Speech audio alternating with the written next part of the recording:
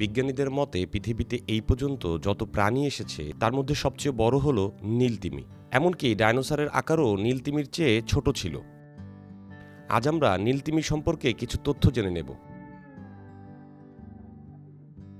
নীলতিমি আকারে 200 টন পর্যন্ত হতে পারে, তবে গড়ে 100 থেকে 150 টন হয়ে থাকে। খাবারের সন্ধানে নীলতিমি বছরে 1000 মাইল পর্যন্ত ভ্রমণ করে থাকে।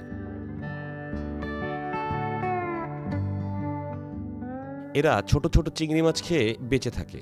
নীলতিমির পেট ভরতে 1 টন বা 1000 কেজি চিংড়ি মাছের প্রয়োজন হয়, তবে এরা সারাদিন প্রায় 3600 কেজি চিংড়ি মাছ খায়।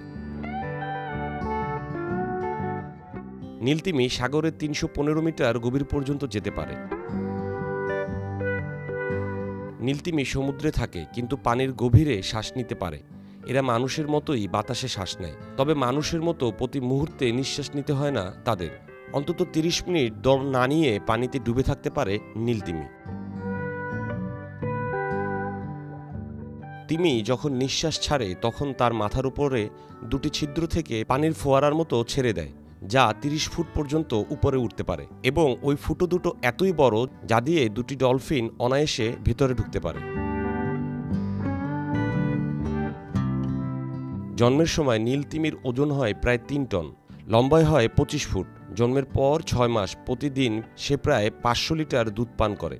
দীর্ঘদিন বাঁচে এই নীলতিমি, গড়ে তাদের আয়ু 80 থেকে 90 বছর। নীলতিমি বিপন্ন প্রাণী। সাগরে নোংরা এবং দূষিত হওয়ার কারণে অনেক নীলতিমি মারা যাচ্ছে প্রতিনিয়ত। আবার প্রতি বছর মানুষ অনেক নীলতিমি হত্যা করছে অকারণেই।